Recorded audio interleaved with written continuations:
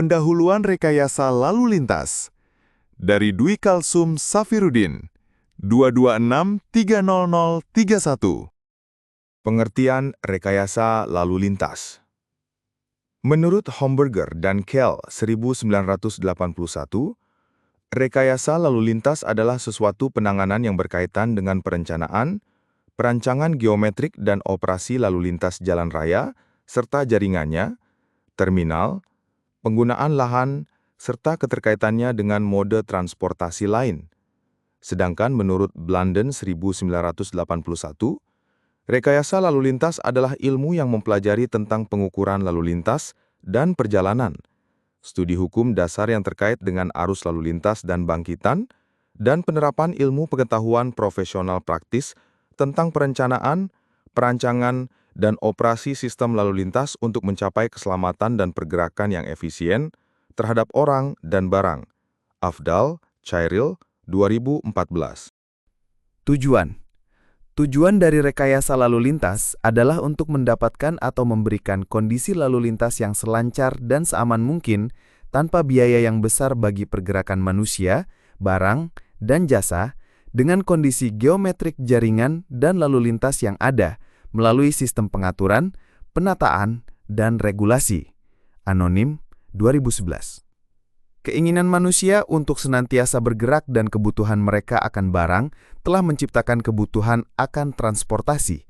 Preferensi manusia dalam hal waktu, uang, kenyamanan, dan kemudahan mempengaruhi moda atau cara transportasi apa yang akan dipakai. Tentu saja sejauh moda transportasi tersebut tersedia bagi si pengguna. Kisti, CJ, dan LALBK 5.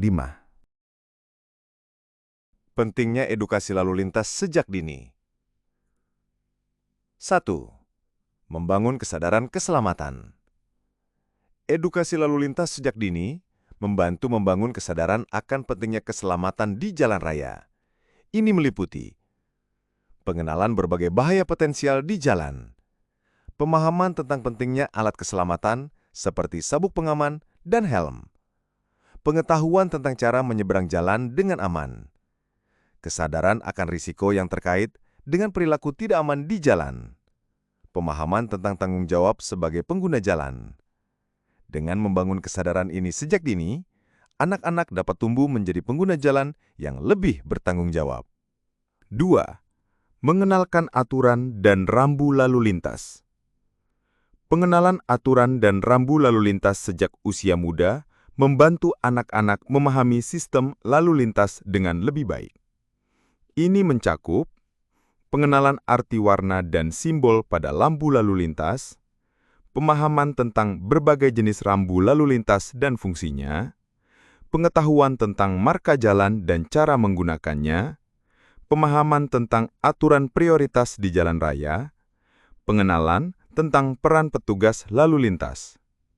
Dengan memahami aturan dan rambu sejak dini, anak-anak akan lebih siap menghadapi kompleksitas lalu lintas saat dewasa nanti. 3. Mengembangkan keterampilan observasi dan pengambilan keputusan. Edukasi lalu lintas membantu mengembangkan keterampilan penting yang berguna tidak hanya di jalan raya, tetapi juga dalam kehidupan sehari-hari.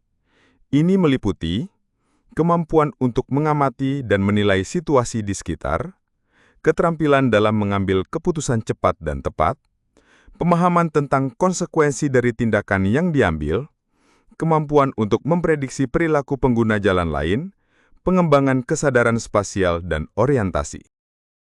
4. Menanamkan nilai-nilai etika dan tanggung jawab.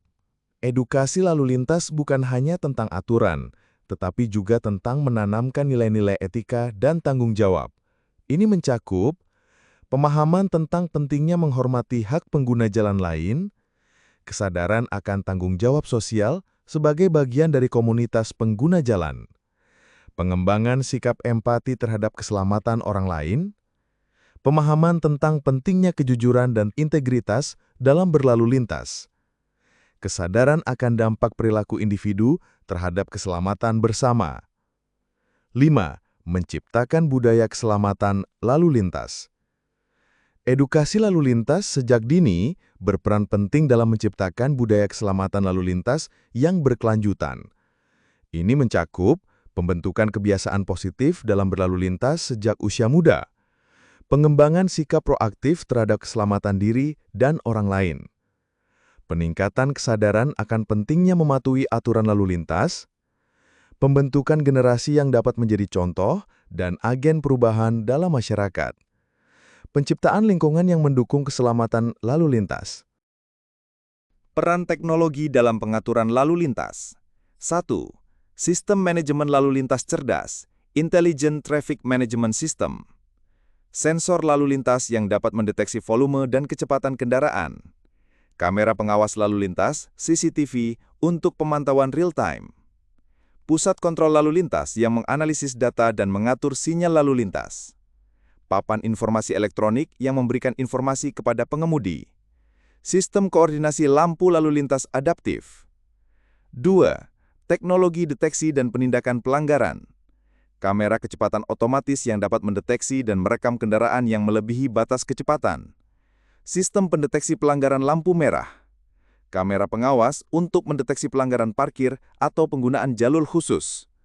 Sistem pengenalan plat nomor otomatis, Automatic Number Plate Recognition. Drone untuk pemantauan lalu lintas di area yang sulit dijangkau. Fasilitas pengaturan pada persimpangan tak bersinyal.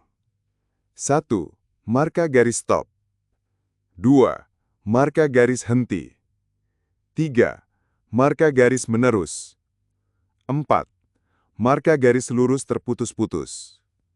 5. Rambu pemberitahuan adanya persimpangan. 6. Rambu stop. 7. Rambu penunjuk arah. Jenis-jenis rambu lalu lintas. 1. Rambu peringatan. Contoh rambu peringatan dan fungsinya. Rambu tikungan tajam. Memperingatkan adanya tikungan berbahaya di depan. Rambu jalan licin. Memperingatkan kondisi jalan yang licin. Rambu penyeberangan pejalan kaki.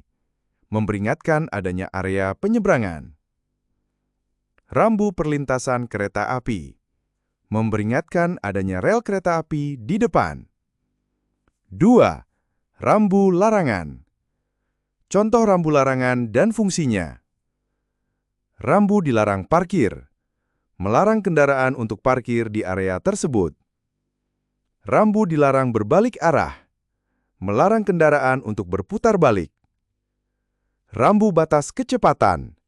Menunjukkan batas kecepatan maksimum yang diizinkan. Rambu dilarang masuk. Melarang kendaraan untuk memasuki area tertentu. 3. Rambu perintah. Contoh rambu perintah dan fungsinya. Rambu wajib belok kiri, memerintahkan pengemudi untuk berbelok ke kiri. Rambu wajib menggunakan jalur, memerintahkan penggunaan jalur tertentu. Rambu wajib berhenti, memerintahkan pengemudi untuk berhenti sepenuhnya. Rambu wajib menggunakan rantai ban, memerintahkan penggunaan rantai ban di area bersalju. 4. Rambu petunjuk. Contoh rambu petunjuk dan fungsinya. Rambu petunjuk arah, menunjukkan arah dan jarak ke suatu tempat. Rambu lokasi fasilitas umum, menunjukkan lokasi rumah sakit, SPBU, dan lain-lain. Rambu nama jalan, memberikan informasi nama jalan. Rambu petunjuk jurusan, menunjukkan berbagai arah tujuan di persimpangan. Terima kasih.